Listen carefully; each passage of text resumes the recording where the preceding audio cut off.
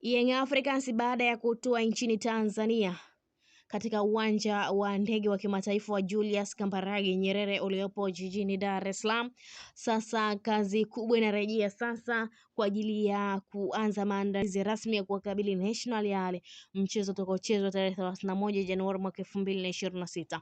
Kwa upande mwingine, klabu ya Young Africans imebadilishiwa rasmi ratiba yake ya michezo mara baada ya kurejea jijini Dar es Salaam ikitokea nchini Misri ambako ilikuwa na majukumu ya kimataifa kwenye michuano ya kimataifa ya ligi ya mabingwa barani Afrika. Mabadiliko hayo yamelenga kuipa timu nafasi ya kujiandaa vizuri kimwili na kiakili kabla ya kuendelea na ratiba ngumu ya mashindano ya ndani na nje ya nchi. Kwa mujibu wa ratiba mpya iliyotolewa, mabingwa hao wa Tanzania bara sasa wataanza kwa kucheza mchezo wa kiporo wa ligi kuu ya NBC dhidi ya Dodoma Jiji FC utakaopigwa tarehe 27 Januari katika uwanja wa KMC Complex kuanzia majira ya saa 1 kamili usiku. Awali Young Africans ilikuwa imepangiwa kukutana na Azam FC, lakini mchezo huo umeondolewa kwa muda na nafasi yake kuchukuliwa na huu wa Dodoma Jiji. Uamuzi wa kuipa Young Africans mchezo wa ligi kwanza unaelezwa kuwa ni sehemu ya mpango wa kusaidia kikosi kurejea kwenye mzunguko wa mashindano ya ndani baada ya safari ndefu na mechi zenye pressure kubwa barani Afrika. Benchi la ufundi laamini kuwa mchezo huo wa Dodoma Jiji utakuwa muhimu katika kurejesha hali ya ushindani kwa wachezaji pamoja na kufanya marekebisho ya kiufundi kabla na kibarua kigumu kijacho.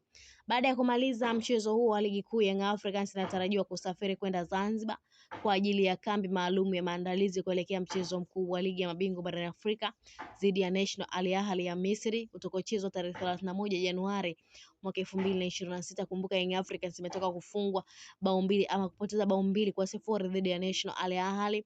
Mechi hiyo inatajwa kuwa miongoni mwa michezo muhimu zaidi kwa Young Africans katika hatua ya makundi kutokana na uzito wa mpinzani na umuhimu wa pointi 3. Young Africans itawakaribisha National Al Ahly katika uwanja wa New Amaan Complex ya Zanzibar, wao wa kuita gereza la Guantanamo. Hatoki mtu pale kwa mashabiki wa Yanga. Pia mabadiliko haya ya ratiba yanachukuliwa kama fursa ya kuona kikosi kikirudi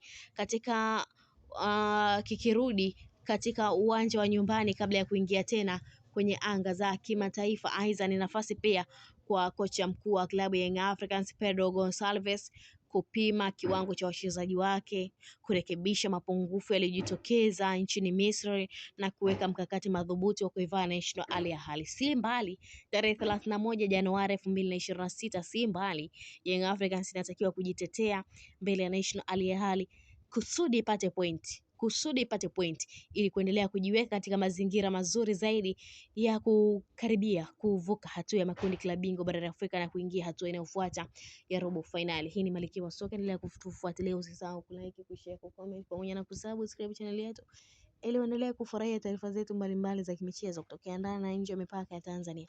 Mimi ni Kulizi, mpaka wakati mwingine, kwa heri na uwe na wakati mwema.